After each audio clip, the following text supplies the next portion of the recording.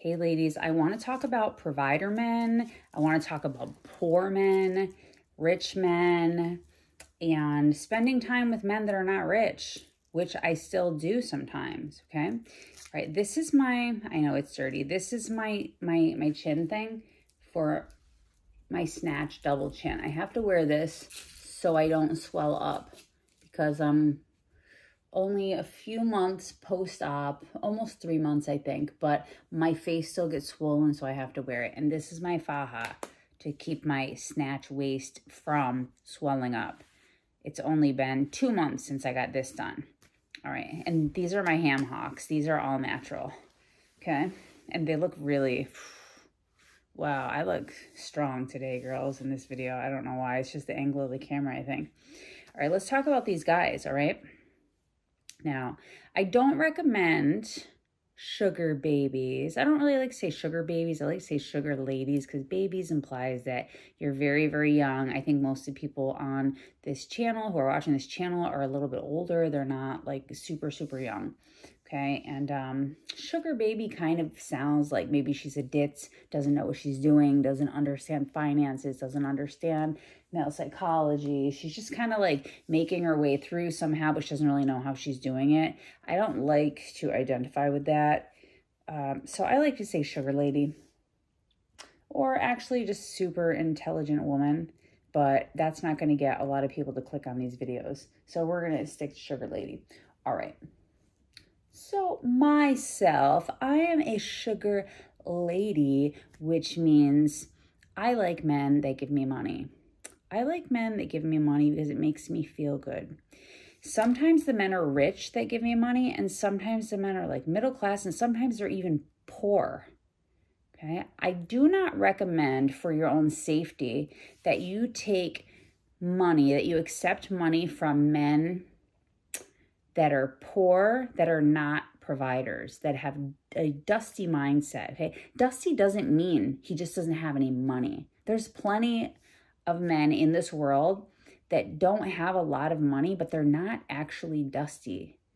They are just low income people, but they are still providers, meaning they have the ability to put the needs of others before their own needs. They're not living in that survival mode where they're actually very afraid in this world and they live hand to mouth and they don't have faith in God or faith in a higher power. They are scrounging to take care of themselves all the time, and in their mind they don't have enough money or enough anything to take care of anybody but themselves. These men are running scared. They're very, very afraid. Now then there are provider men. This could be a man that does not actually earn a lot of money, does not have a lot of money, but somehow, some way, he still can find a way to take care of other people. And he's okay with going without some of the things he needs sometimes to take care of the people around him. And it's not always just women. It's not always just women he's like romantically involved with. It's his parents. It could be his very old parents, his father, his siblings, his neighbor, his friends. Okay, it's not just about romantic relationships. A provider man, whether he is rich or he is poor, no matter how much money he has, cares about other people and is able to turn off his own fear that there won't be enough left for him and still take care of the people around him. Got it? So dustiness and being a provider are mindsets. Men that are living in fear generally want to just take care of themselves because they are afraid. Everything is me, me, me, me, me. How can I get what I need for myself? If I need to step on other people, well, that's what I have to do. If I need to not help other people, then that's what it needs to be because I must take care of myself. Usually men with that mentality grew up feeling very, very insecure, unsafe, unloved, and unprovided for. So they gained this like every man for themselves mentality. Men that are more on the provider, they're more of the provider mindset, they don't have the same fears. Maybe they were raised differently. Maybe their brains are wired differently. Who knows what the exact reason is. But these men have a more heroic feeling inside instead of the scared little boy who's running and just protecting himself. They have more of a hero mindset, which sounds more like, I'm going to go out and I'm going to get the food for my people. And if there's not enough to feed me, so be it. I'm going to make sure my family, my neighbors, the people in my tribe, whoever they are, that I'm going to take care of them. Hopefully there's enough food left for me too. But if there's not, I know I can just wait until tomorrow because my higher power is here with me, and tomorrow I'm going to go back out and I bet you I'm going to find some more food and then I'll be able to eat. And I'm okay with being uncomfortable putting myself last sometimes. And in fact, they gain a lot of self-esteem by living that way. They feel good about themselves when they're willing to sacrifice, when they want to sacrifice. They feel good about themselves when all the people in their tribe or their community or their family is like, oh my God, Sam, you're such a great guy. You take such good care of us. Oh my God, I'm so sorry that you went hungry last night. You're our hero. You're our hero. We can count on you. Look at how strong you are. You went without food the whole entire night until the next day because you love us so much. Provider men love that feeling. They love being the hero. They love sacrificing, and this is how they gain love from other people. This is how they gain respect from other people. See?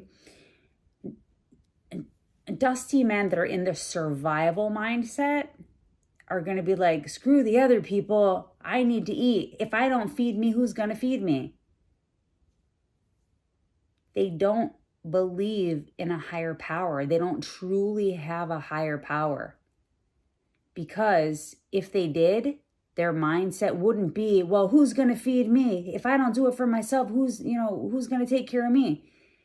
A man that has faith, okay, he doesn't need to be necessarily a religious man. He just has to have a higher power. There's lots of people, especially in the 12-step world, where they don't actually believe in God, but they do believe in a higher power. And people that really, truly have the faith in their higher power, they know they're going to be okay. They're not saying to themselves, oh my God, emergency mode, who's going to take care of me? They say, I know who's going to take care of me. My higher power is going to take care of me. My God is going to take care of me. And it always works out in the end. So I don't need to grasp on to this money or this food so tightly because I know more is coming. I have faith in my heart. More is coming. That's the difference between the psychology and the spirituality of a provider man and a non-provider man. Now, let's get back to what we were talking about. You guys know I don't plan my videos. I just wing it and I just speak from whatever's coming up in my spirit. So I want to talk about how I do spend time with men that are very wealthy. And, men that are like middle class and men that are technically broke and poor with not very much money at all. Now, you guys know about my main provider man and my second runner-up. Okay, I don't talk about the other ones very much because they're not that significant in my life.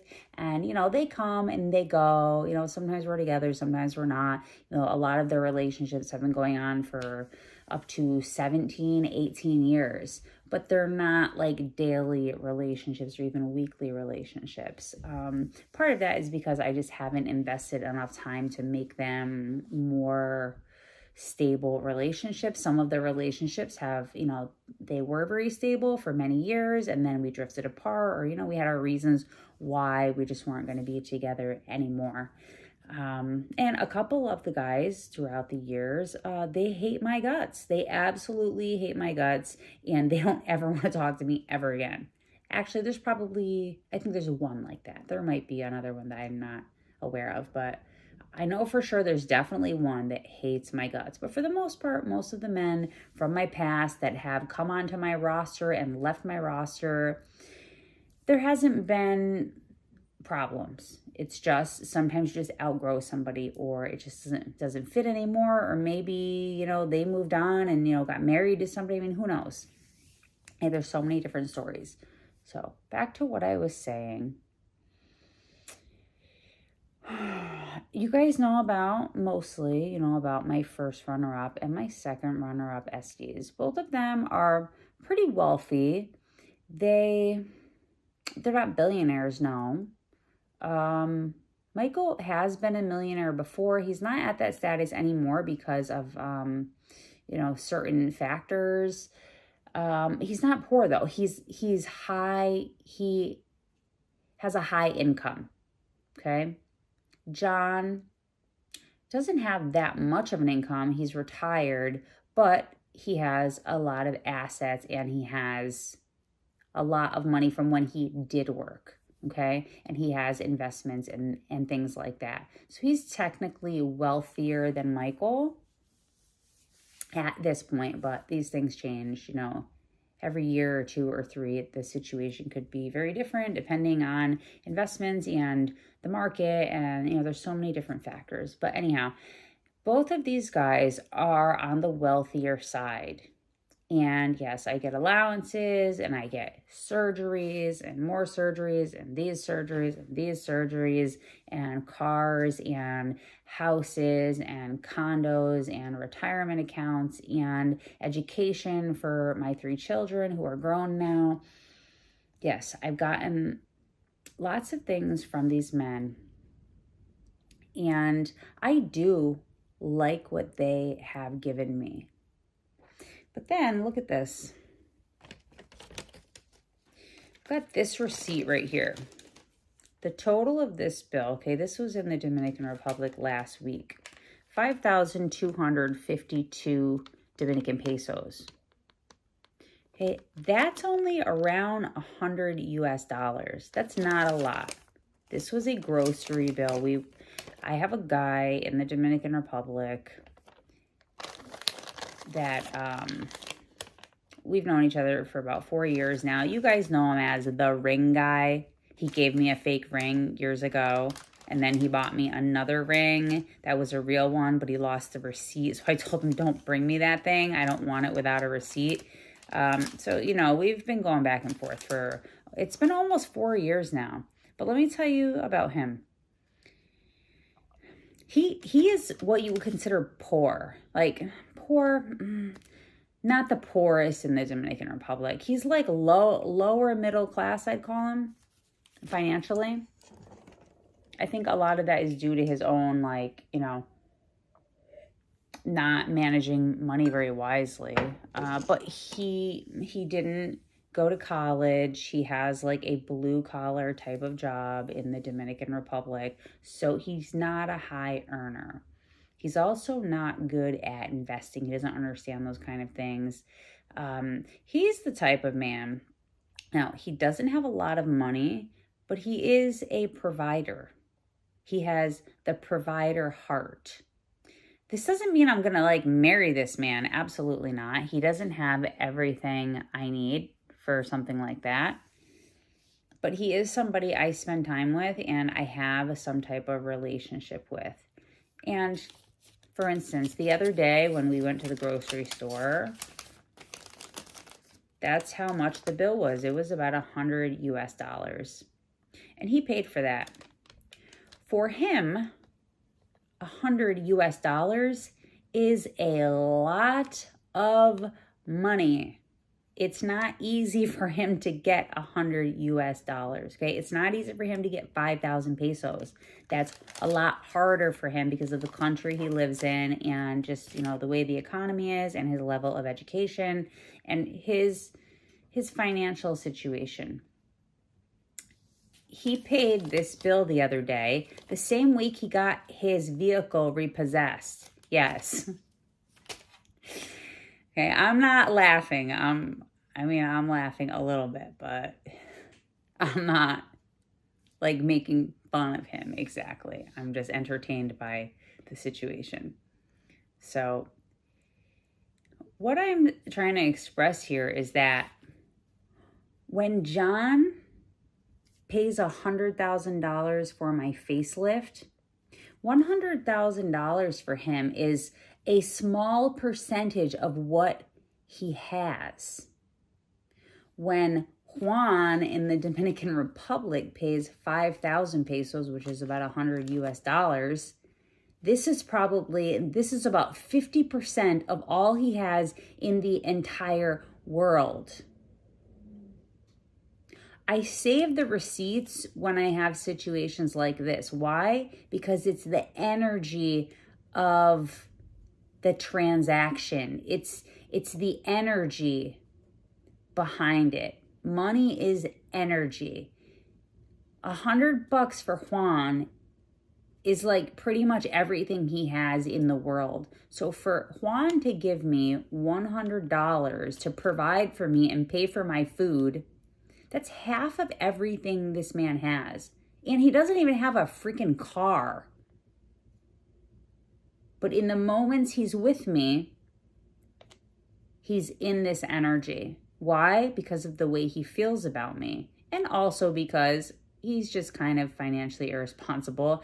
And because I personally think this man has way too much faith in God and his higher power. It's uncomfortable. The amount of faith that he has that God will provide for him again tomorrow scares me. He has so much faith in a higher power that I could never actually fully commit to this man and be with him and marry him, because I would be scared shitless during the entire relationship. He will spend everything he has taking care of me, which is super sweet. It really is. To take care of me, to take care of his family members, to take care of his grandmother, whoever it is. And he will just have faith that God will provide, that his higher power will provide for him and make sure he gets some more money tomorrow or maybe the next day. These are beautiful, wonderful personality traits. And I really admire his faith in his higher power. And to this point, he's been right. He's like 50 years old and he hasn't starved yet. He hasn't been out on the street yet. He hasn't. He's been okay because he has that faith in his higher power, and it always ends up working out. So I like the energy of provider men. All right. Now, let's say John, for instance. John may spend $100,000 on a facelift for me. I don't save the receipt for the $100,000. Well, actually, I did save the receipt. I'm not going to lie. I think I do have it, actually. Okay. John has spent all kinds of money on me, $10,000, $20,000, like large things. He's bought me courses and classes and jewelry and just, a car. Like, I don't save all those receipts. Why? Because when he is spending $5,000 or $10,000 or $100,000 on me, it's coming from a different energy. He's actually not giving me half of what he owns. He's not putting himself in jeopardy. He's not putting himself in a situation where he might not have enough. Yes, it appears he's generous, but he's not that generous. He's still putting himself first.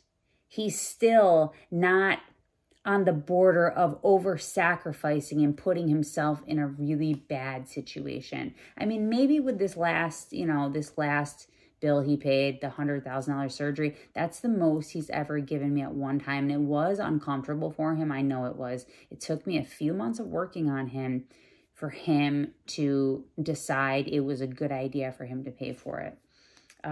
It's the most uncomfortable he's ever been, but I still know $100,000 did not put a big, huge dent in him. He's not worried about getting his car repossessed. He's not worried that he's not going to be able to take care of his responsibilities. He's not. He can still do all those things. In fact, he could probably give me several $100,000 and still be okay. Yes, I like John's money, of course, but the heart behind the money is different. And I know the difference and I feel the difference. Now, of course, John is way more useful to me because he has more money to give me. Juan, he doesn't have the money John has. But the energy I get when I'm with Juan is very valuable.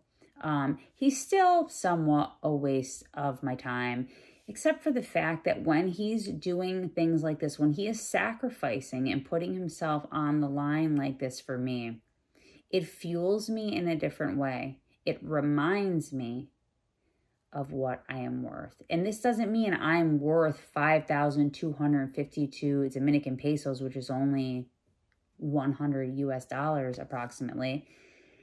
No, it reminds me that I am worth a man putting himself on the line. I am worth a man risking himself. I am worth a man possibly not being able to cover all of his expenses next week because he spent the money on me today. And why did he spend the money on me today? Because he really, really, really likes me a lot. I like the energy of that. I like the sacrificial energy. It's good for my spirit. It's good for my soul. And one day, I probably won't talk to people like him anymore because I will have so many super rich and sacrificial men that I just simply won't have time. But at this point, I do still have time because I don't have a big, gigantic roster right now. I have a smaller roster, so I still have room for people.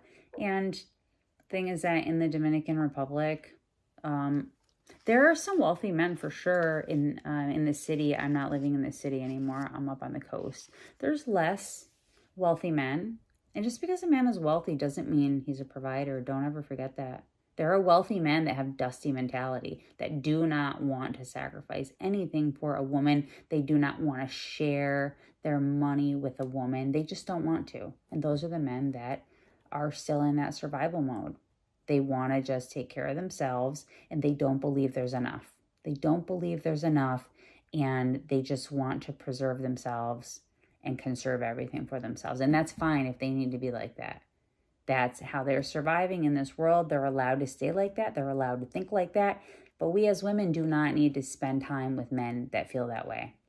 We can go with other men that have a different way of looking at life and a different level of desire to be a hero and take care of other people.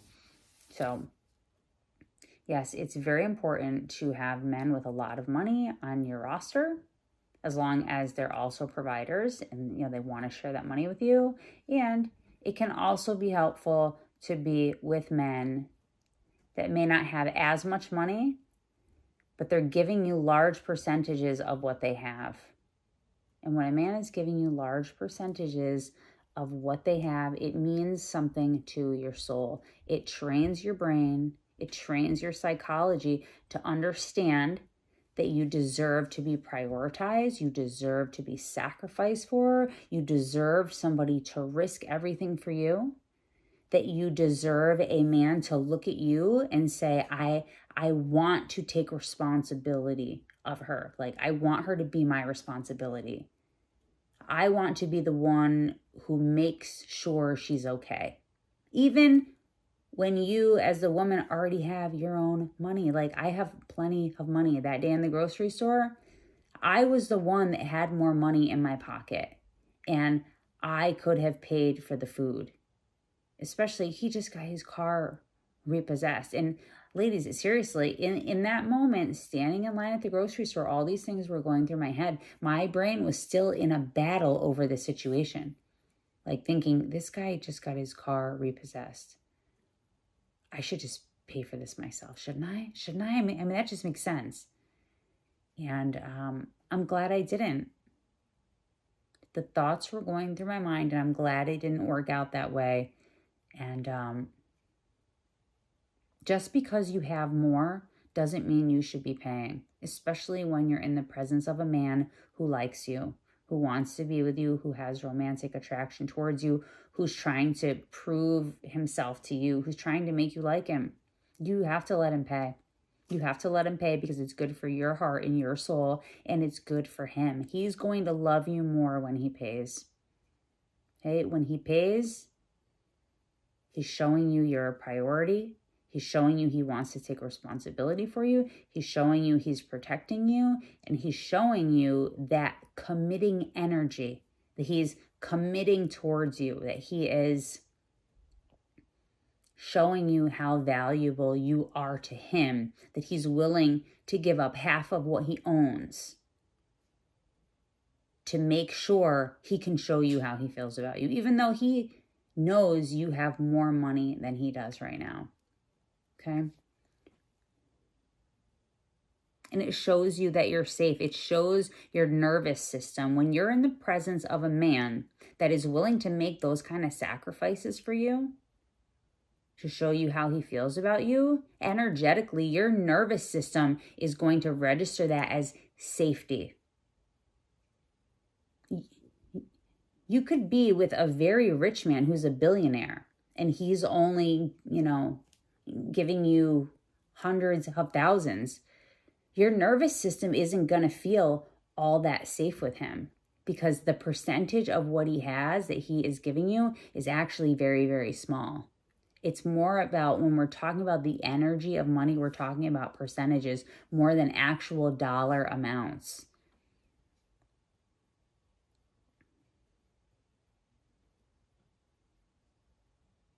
So that's what I wanted to talk to you about today. It's important to put yourself around people that are giving you the right energy. Because people that are taking from you, who are not sacrificing for you, well, men specifically. If you're spending time with men that are not sacrificing for you, that aren't putting themselves in some type of harm's way, even if it's just, financial harm's way, he doesn't like you that much. If he doesn't like you enough to sacrifice for you, he doesn't really like you that much. He's trying to use you. If a man is not giving to you, he is using you. If you're just only friends and he's never, ever, ever gonna try to get you in the bed, then that's different. Let's say you have like a gay male friend or something like that, and he has zero interest in ever sleeping with you. That's different. We're talking about men, and pretty much all men that are not related to you, that are spending time with you. There's a reason. They want to get you in the bed at some point. That's their goal. If they like you enough for that, they need to like you enough to want to risk themselves for you, to sacrifice for you, to go without things, to take care of you instead of always taking care of themselves. And it's important that a man feel this way about you and show you he feels this way about you. Because if you ever do end up in the bed with him, you could end up pregnant. And if he doesn't even like you or care about you enough that he wants to make you a priority in his life, he's not going to prioritize that baby either. He's not.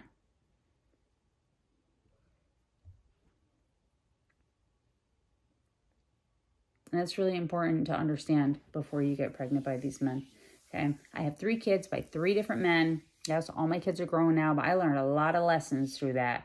A lot of lessons about men, about male psychology, about who actually really loves me, about all the red flags I didn't see way back in the day because I was young, and I just didn't know about these things back then. But I know them now, and I'm 43 years old, and I want to share it with you ladies, because I know there's a lot of younger people here that are watching these videos who are younger than me.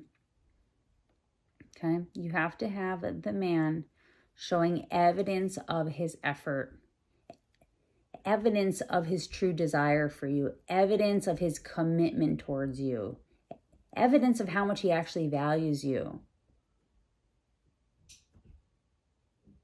And finances are a great way to show that. Money is a great way to show that. And obviously, he can't just be, showing up and just like handing you money all the time and doing nothing else. I mean, if you have a guy who's doing that, that is amazing. Take it from him. But obviously, when he really cares about you, he's going to do more than just financial. He's going to do financial, and he's going to do other things for you. He's going to, cook food for you. Maybe he's going to like clean your house. Maybe he's going to do yard work for you. He's going to work on your car. He's going to build you a deck. He's going to fix your toilet. He's going to give you rides, places. Like, he's going to want to go out of his way and use his money, his time, his muscles, his everything. He's going to want to show you his effort, his desire, his commitment, how much he values you in every way possible. And money is just one of the ways.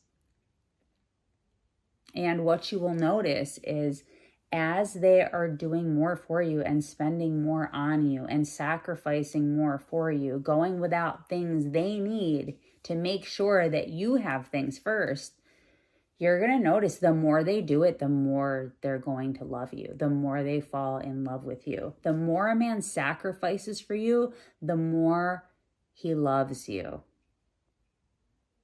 And in the beginning, you may notice resistance to it. Like this guy here. In the very beginning, he used to like say things sometimes. Like he was testing me like 4 years ago.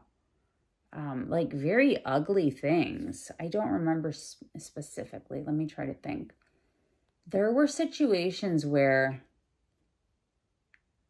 financial things came up and I was like not trying to pay.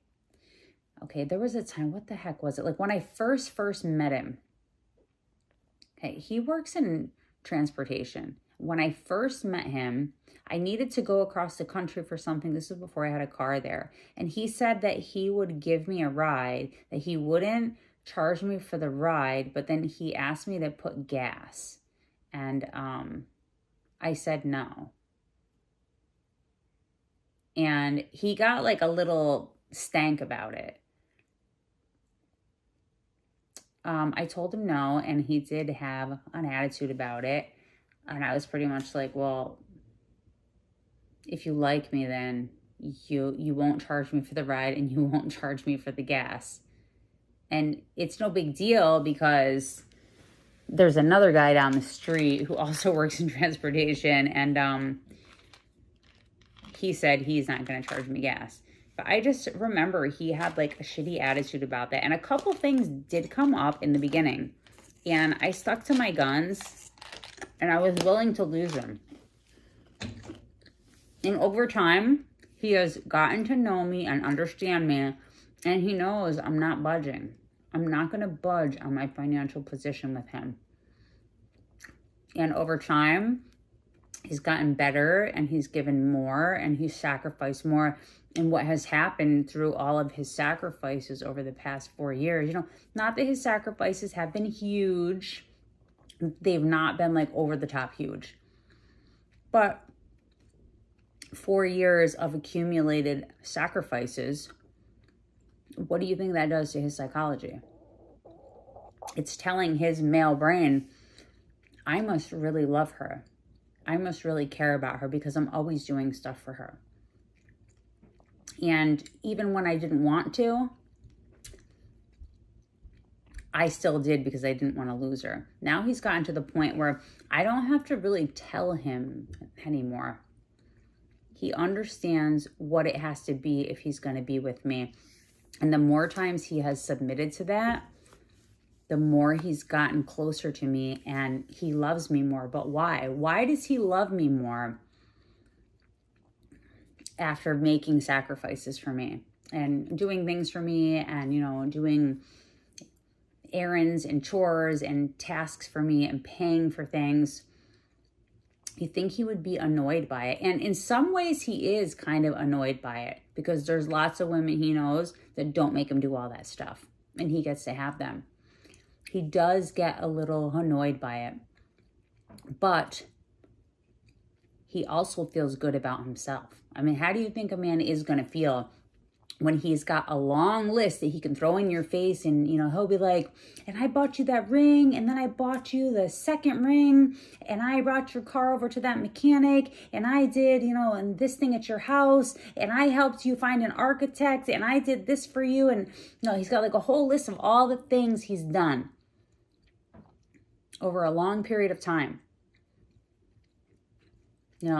All the times he took you out to eat, all the times he paid for things, all the times he gave you rides all around the country for free. When he found you all the connections you needed for, different things you were trying to do in your house, or, finding landscapers and gardeners, like he's putting effort in. Men fall in love with the woman when they have a big, long list of all the ways they've provided value in her life. Even if she didn't completely appreciate it or whatever, it's not about getting the appreciation back so much. It's him knowing inside of himself, look at everything I've done for her. Look at how much I've invested money and time and effort and love. That's when they love you. And why do they love you? Because that long list of value they've provided into your life shows them they are a valuable person. They fall in love with you, doing a bunch of things for you and sacrificing for you, and and giving you their money and their time. They fall in love with you because of who they are when they're with you. If he's doing everything for you and spending on you, that means he's a capable man, he's a heroic man, he's a selfless man, he's all the things that everybody in the world admires about men. And even if he's annoyed with you that he has to do all these things for you because you have just such high standards, higher than all the other women around here, and I don't know, why you're like this, and you think you deserve so much because, there's women out here that are even hotter than you that don't make me do all this stuff. It doesn't matter. He's going to be in love with you because if he went ahead and did all those things for you, he's got a list he can throw in your face. That list is the list that proves him to be an amazing man. And what guy truly deep down inside doesn't want to be an amazing man? Everybody wants to be amazing. Everybody wants to be amazing. And you created the proof that he's amazing by making him be amazing, by having high standards. Now, when he's with you, what does that mean about him? He's amazing. And he has this big long list of all the sacrifices and all the money and, all the hard things he did for you to make you happy. That all came from you. He was born out of you. The good man in him was born out of you having high standards. So you may be a difficult woman and it may be annoying how you make him do all this hard stuff. But now he gets the gift of being an incredible man. And he wouldn't have that without you. So now he's going to want to have you in his life because he likes the feeling of being an incredible man. See how that works? All right, this video has turned into something else. But don't feel bad when you're asking men for things. Don't feel bad letting lower income men pay for things, as long as they're not a Dusty. Because if he is truly a Dusty and you're somehow like manipulating him into paying for things, he's going to be so resentful, and he's going to come after you and he could do bad things to you. So only accept money and help from men that actually have a providing type of heart, because they're not going to be angry the way truly Dusty men get when they feel like they have given what they need for themselves away to somebody else, and didn't get everything they wanted. And you know what? A Dusty will never feel like he got enough from you. So it's not even worth it. And Dusties are very, very dangerous people. So you can take money from men that don't have a lot of money if he's actually a provider, if he enjoys the feeling of doing things for you. Okay? A dusty man, a truly dusty man,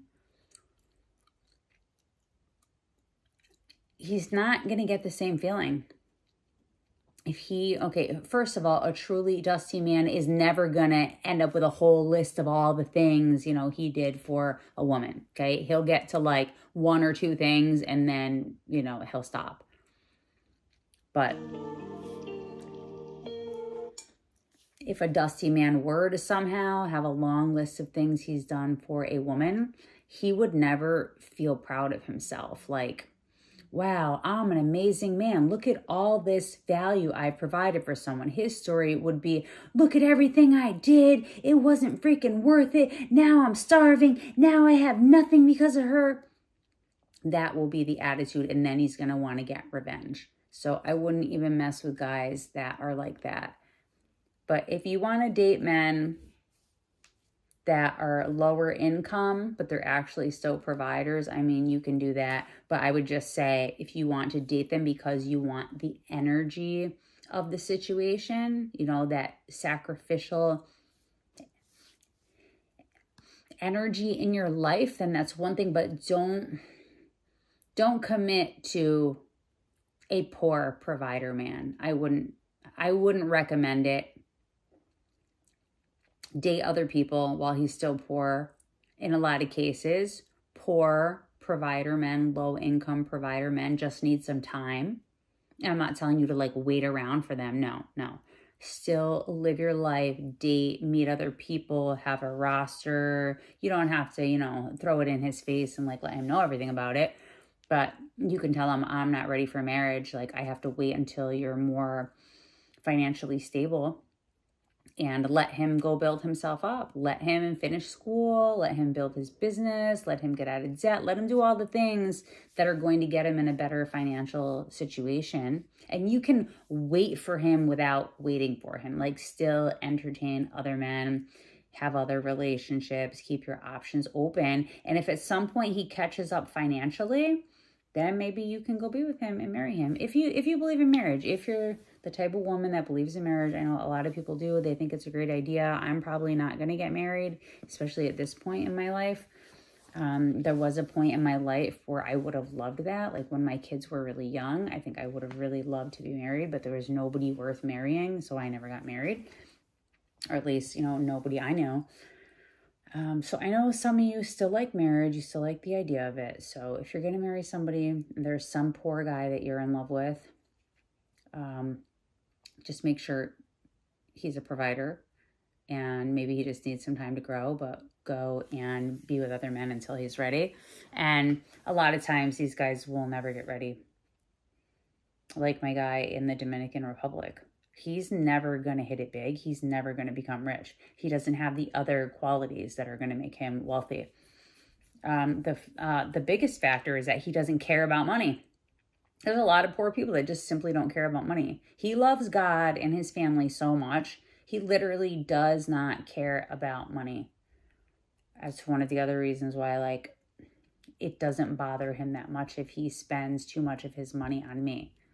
Because he doesn't care. He doesn't care about money. He doesn't care about having nice things, really.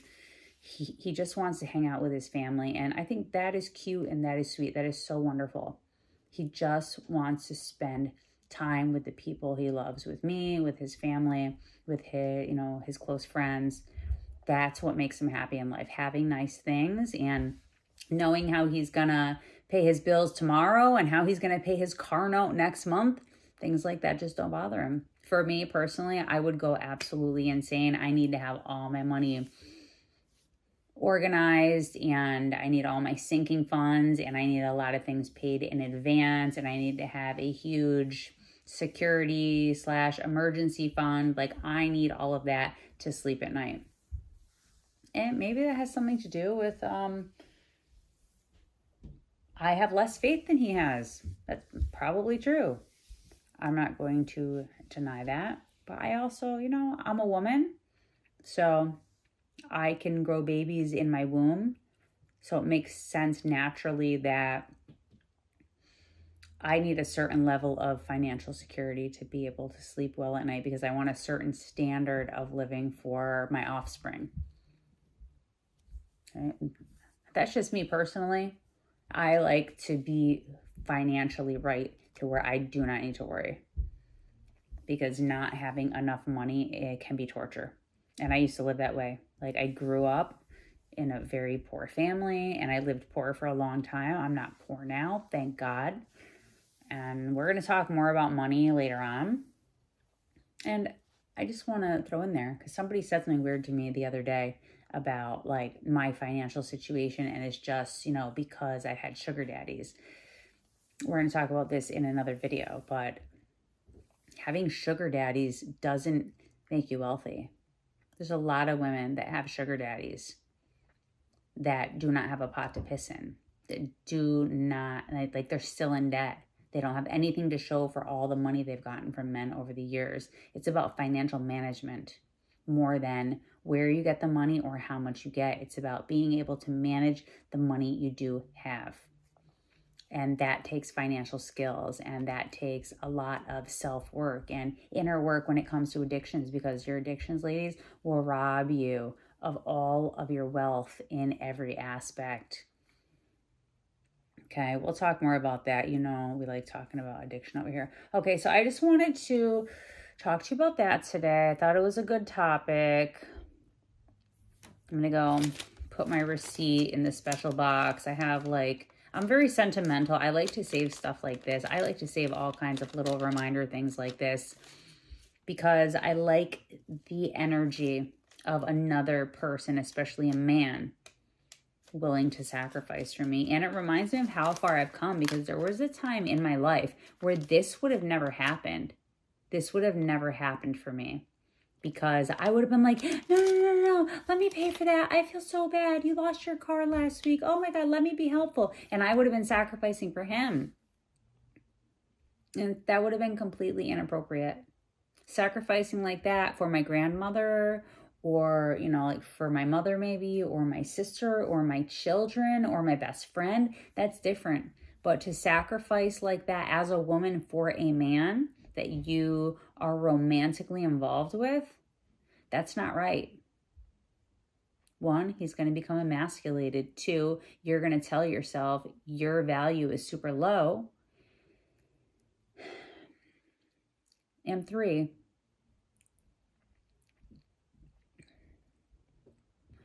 if you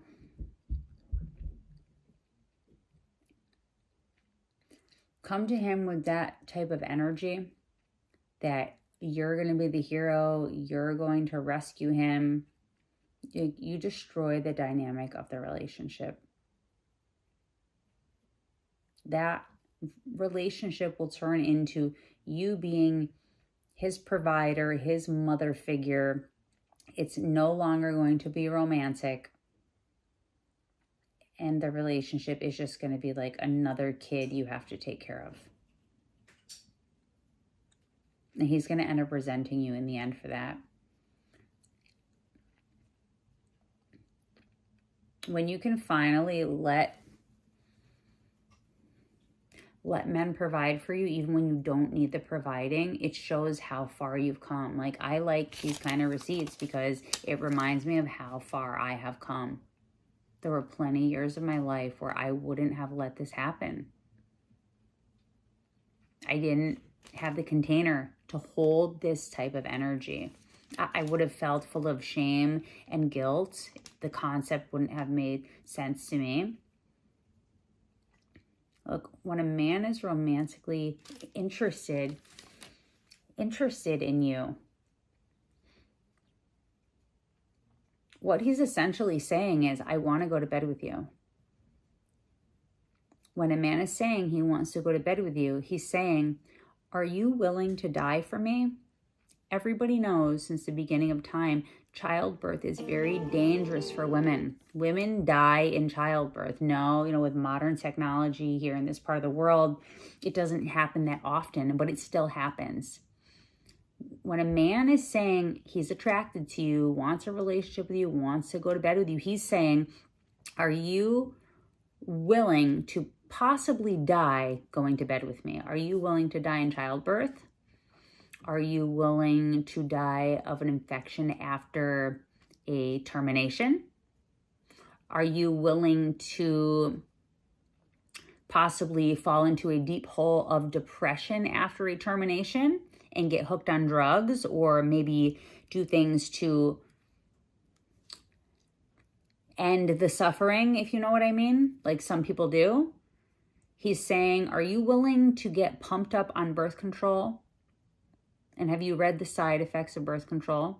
There's possible death, strokes, heart attacks, blood clots, aneurysms. When a man is saying, I'm romantically interested in you, he's saying, are you willing to die for me?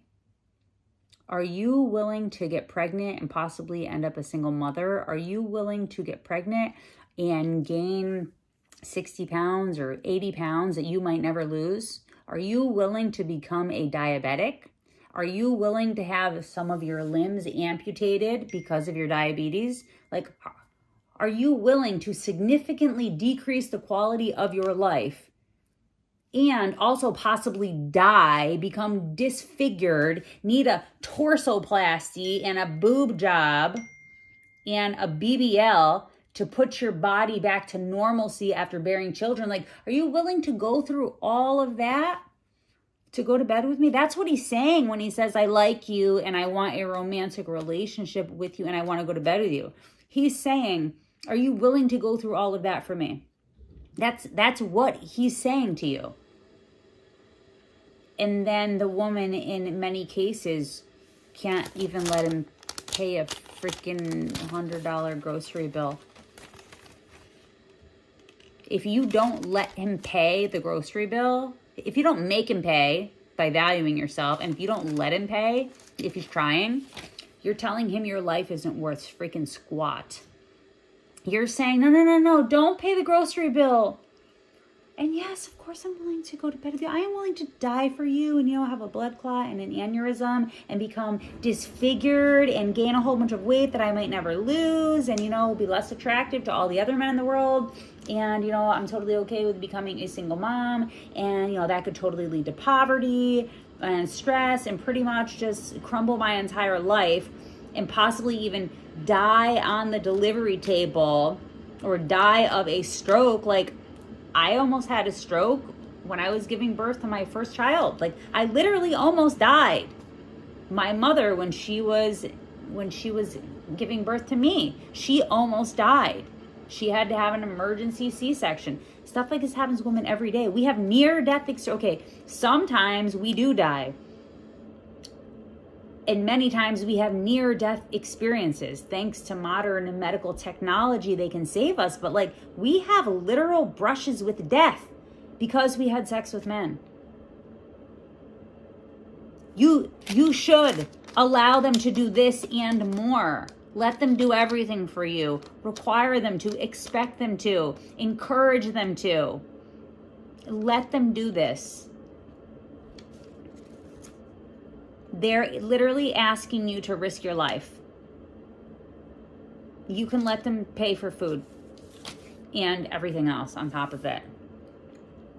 Okay?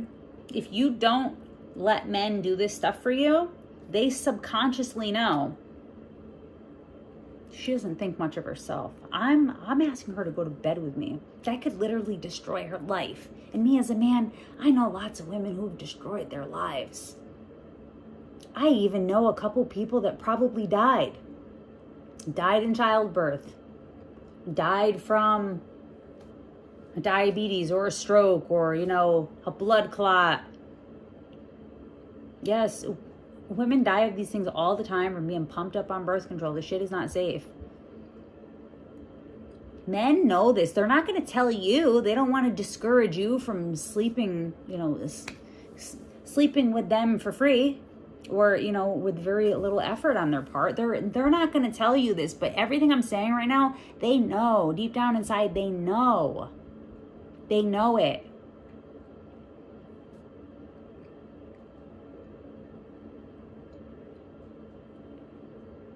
And if you don't let him take care of you and provide for you and sacrifice for you, he's going to say, wow, you know, she doesn't think she's very valuable. She's willing to give up her life, and she's like, doesn't he want me to pay for groceries? She's not really that valuable. And you know what? Maybe I should just like use her, you know, for a fun time, but I'm going to look for somebody else to be serious with, because I want to be with somebody who's high value. And clearly she's not. I mean, you know, she's not acting like she is. And he's going to continue to search for somebody that's high value. And then when he finds somebody that's high value, he will probably bitch and complain about how she's annoying and she thinks too much of herself and she asks for too much and how it's so stressful for him and she's so ungrateful. Yes, and that will be the one he loves. And that will be the one he does the most for. And it'll be the one he complains about too. And it'll be the woman that actually at the end of the day makes him feel amazing about himself, because now he's got this big long list of what a grand man and hero he is and how much value he can add to another human's life. So it's never going to be perfect, ladies. It's not going to be perfect, but it's going to be like how I just described to you. So do it the right way for yourself, which is value yourself, take good care of yourself. You got to put yourself first. And you have to let these men pay for you. And if you're going to be around men, no matter how much money they have, if you're going to spend time with men, they need to have the sacrificial provider heart. They need to spend money on you and they need to do things for you. Why would you want to be around somebody that doesn't want to do anything for you? Somebody that doesn't want to sacrifice for you? If you spend time with men that have that mindset, it's gonna wear away. It's going to train your brain to think you're not worth it. And that's not what we're doing here on this channel. On this channel, we're training our brains out of that crap into, I am worthy, I am deserving, I am loved, I am a valuable, amazing woman. So you need to spend time with people that are showing you that so that you don't forget it. You should never hang around with people that don't want to give you the right energy, especially men. Especially men. Don't spend time with men that are not giving you the right energy. They have to have sacrificing energy towards you, willing and sacrificing. It's good for them, it's good for you, it's good for society, it's good for families. It's just good. It's good stuff. Stick with it. You're going to have a better life if you do it this way. Okay, ladies, I gotta go. I gotta get on my Love Addicts 12-step meeting. I'm 17 minutes late. Okay, ladies, talk to you later. Bye for now. If you made it to the end of the video and you're still here, today is Black Friday. I'm probably gonna post this video on Saturday or Sunday. So if you see it then, you can go to the Sugar Lady Academy. There's gonna be a link in the description box below with a coupon code, and everything at the Sugar Lady Academy, including the Sugar Bundle, is 50% off, which is amazing. And you can use it to help retrain your brain to think the way I've been speaking in these videos, to think of yourself as valuable, as worthy, as pretty much being the woman you've always wanted to be, and have men surrounding you that believe the same thing about you. It's amazing when you think you're amazing and you're beautiful and you're valuable, and then you have like a whole team of men around you, rich ones, middle class ones, poor ones, just pretty much all the men in your field think the same way about you. They're like, wow, you know what? She is amazing. And I want to give her all my money, and I want to give her my time, and I want to give her my love, and I want to do all the great things for her. Okay? That's a much better life than the crappy life where men come in and use you and trample on you and destroy you and give you chlamydia and, you know, babies with no fathers and all the other things that these guys are really good at. So, all right, ladies, talk to you later. Bye for now.